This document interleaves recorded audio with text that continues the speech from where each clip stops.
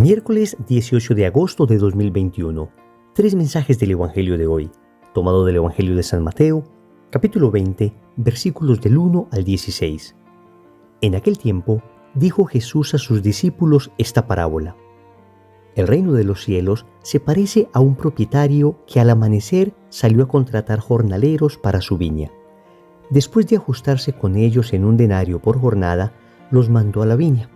Salió otra vez a media mañana, vio a otros que estaban en la plaza sin trabajo y les dijo: «Id también vosotros a mi viña y os pagaré lo debido». Ellos fueron. Salió de nuevo hacia mediodía y a media tarde e hizo lo mismo. Salió al caer la tarde y encontró a otros parados y les dijo: «¿Cómo es que estáis aquí el día entero sin trabajar?». Le respondieron: «Nadie nos ha contratado». Él les dijo: «Id también vosotros a mi viña». Cuando oscureció, el dueño de la viña dijo al capataz: «Llama a los jornaleros y págales el jornal, empezando por los últimos y acabando por los primeros». Vinieron los del atardecer y recibieron un denario cada uno. Cuando llegaron los primeros, pensaban que recibirían más, pero ellos también recibieron un denario cada uno. Entonces se pusieron a protestar contra el amo: «Estos últimos han trabajado solo 1 hora y los has tratado igual que a nosotros, que hemos aguantado el peso del día y el bochorno». Él replicó a uno de ellos: «Amigo, no te hago ninguna injusticia. ¿No nos ajustamos en un denario? Toma lo tuyo y vete. Quiero darle a este último igual que a ti.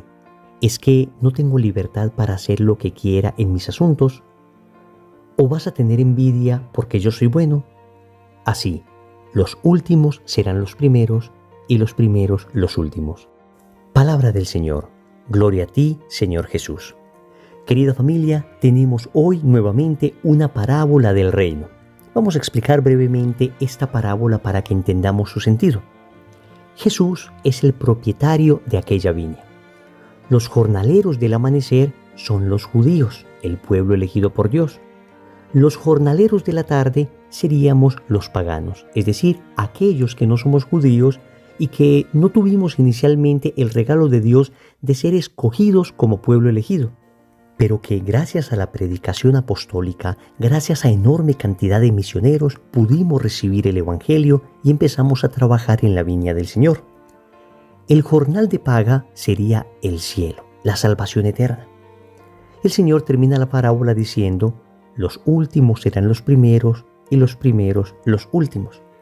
Es decir, aquellos que no somos judíos y que terminamos entrando de últimos al pueblo de Dios, al gran pueblo de Dios que es ahora la Iglesia, pues fuimos los primeros en creer en Cristo.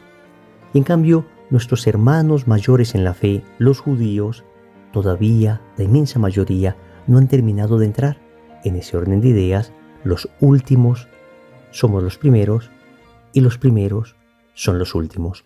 San Pablo dice en la carta a los Romanos que su pueblo, los judíos, sus cohermanos, también entrarán, creerán en Cristo y esperamos la conversión masiva de ellos. Vamos a meditar 3 mensajes en torno a este Evangelio. Primero, cuidado con la envidia espiritual. Segundo, cuidado con la asedia. Tercero, la estrategia del demonio. Vamos con el primer punto. Cuidado con la envidia espiritual. Noten la fuerte reprensión que hace el Señor a los trabajadores que estaban desde el amanecer trabajando en la viña. Ellos se sintieron indignados porque les pagaban lo mismo, tanto a ellos que trabajaron todo el día como a los que llegaron al final. Y Jesús les dice: ¿o van a tener envidia porque soy bueno? Amigos, cuidado con la envidia espiritual. Cuidado con la envidia que podemos sentir ante el bien espiritual de otra persona. La envidia es un sentimiento de tristeza por el bien del otro. Es un sentimiento que amarga el corazón. Es un sentimiento que te hace desear el mal a otra persona. Por eso corroe el alma. Por eso daña y deforma la vida espiritual. Y si la envidia material es terrible, mucho más lo es la envidia espiritual. La envidia material es aquella que se siente por los bienes materiales que otra persona tiene. Entonces me da tristeza que el otro tenga mejor trabajo, que el otro tenga mejor casa. que el otro tenga mejor carro. Es ese sentimiento de tristeza ante el bien del otro. Pero si esta es terrible, todavía peor es la envidia espiritual. Y es la que se siente por el avance espiritual de otra persona. Y esto puede sucedernos especialmente a aquellos que ya llevamos algún tiempo caminando en los caminos del Señor. Vemos de repente que una persona que acaba de iniciar su proceso de conversión es más fervorosa que nosotros. Vemos que el Señor regala dones extraordinarios a estas personas que tal vez nosotros que llevamos algún tiempo no tenemos. Vemos cómo su entusiasmo apostólico les lleva a ser apostolados que tal vez nosotros no hemos hecho. Y entonces viene la tentación demoníaca de la envidia espiritual. Amigos, es una tentación que debemos rechazar al instante. No puedes dejar que esa tentación siembre un nido en tu corazón, porque entonces comienza a alimentarse y terminas deseando el mal al otro y terminas incluso deformando tu alma al punto que empiezas a desear que al otro le vaya mal en su apostolado. Miren qué deformación satánica del alma la que puede producir la envidia espiritual. Tentación de esto podemos tener todos y hay que rechazarla al instante. Y que haya una tentación en este sentido no significa que seamos pecadores. Significa simplemente que estamos siendo tentados. El sentir no es consentir. El pensar mal no es querer. Consentimiento ha de haber junto con el advertir, decían los antiguos y santos confesores. Es decir, que venga la tentación no significa que ya estoy pecando. Lo importante es rechazarla. Y en esto hay un sano consejo espiritual. Evita las comparaciones, especialmente con las personas que están en tu comunidad, con las personas que están en tu parroquia, con las personas que te rodean. Claro que nos podemos comparar con los santos y darnos cuenta todo lo que nos falta. Pero es que cuando nos comparamos con los santos, pues no tenemos propiamente tentación de envidia, sino entusiasmo para tratar de imitarles.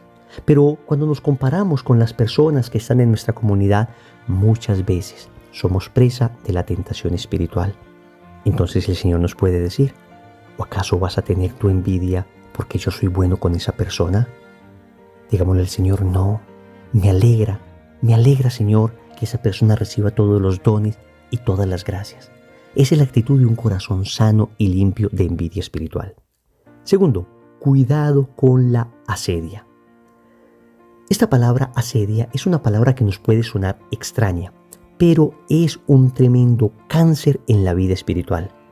Y para entender lo que significa, escuchemos lo que los jornaleros que estuvieron desde el amanecer dijeron a su Señor.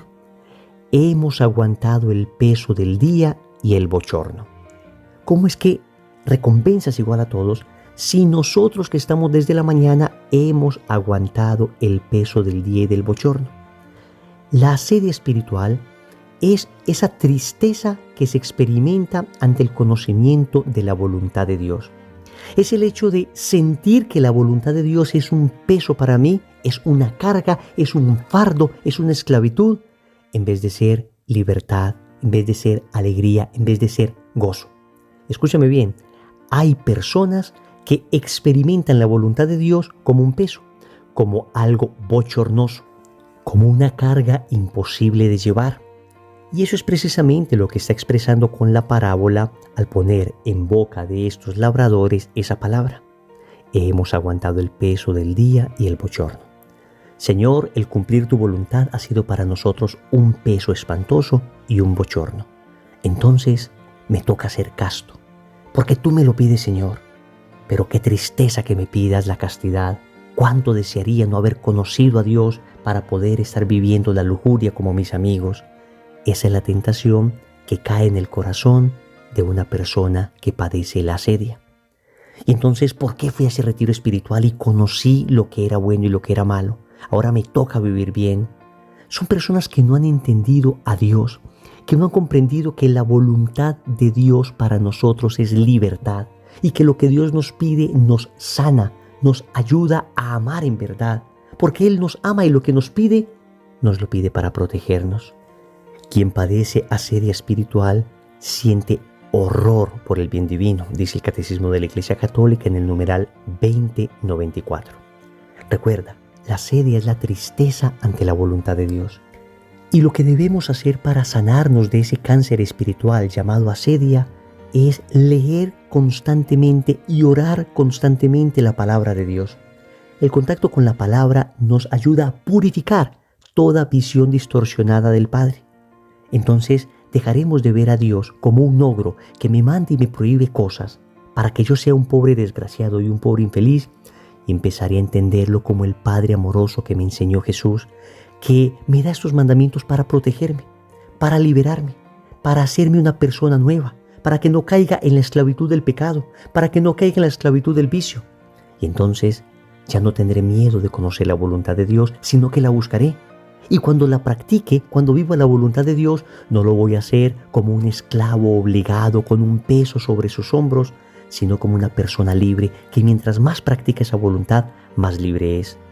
Hay una bellísima oración que se atribuye a San Ignacio de Loyola, y es la oración que hacen los Scouts. Y a mí me parece muy bella porque es una oración que ayuda a purificarse de la asedia. La oración dice así: Señor, enséñame a ser generoso, a servirte y amarte como tú lo mereces, a dar sin medida, a combatir sin temor a las heridas, a trabajar sin descanso y a sacrificarme sin esperar mayor recompensa que la del saber que hago tu santa voluntad. Miren qué belleza de oración. Es una oración que le dice al Señor: quiero trabajar, me quiero esforzar, y ni siquiera por un premio, ni siquiera por ese denario, sino por el hecho de saber que hago tu voluntad, que es tan hermosa. Tercero, la estrategia del demonio. El Señor le responde a la persona que le está recriminando lo siguiente: amigo, no te hago ninguna injusticia. Miren qué duras palabras, porque de alguna manera estos jornaleros del amanecer, los que estaban trabajando todo el día, le están diciendo al Señor que Él era injusto porque le estaba pagando a los últimos lo mismo que a ellos. Es un engaño de Satanás.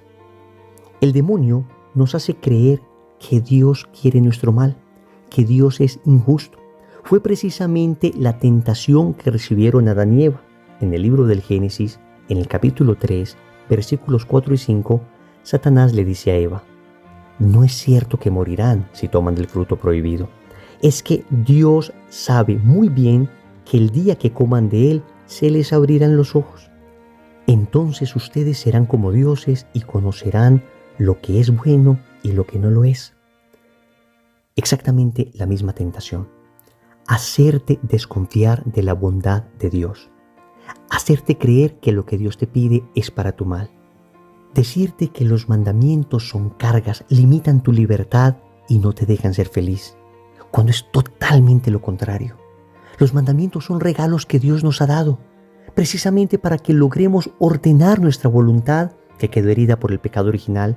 Y cuando se viven los mandamientos con la ayuda de su gracia, qué tremenda libertad interior encontramos dentro de nosotros y cuán felices somos.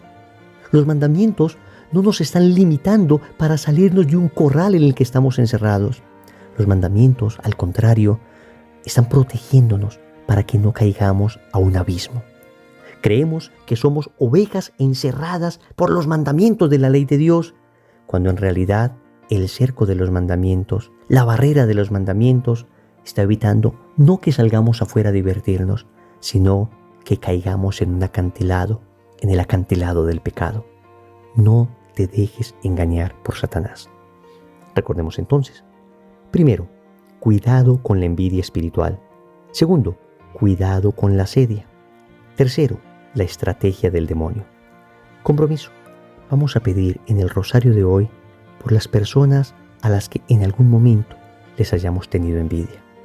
En el nombre del Padre, y del Hijo, y del Espíritu Santo. Amén.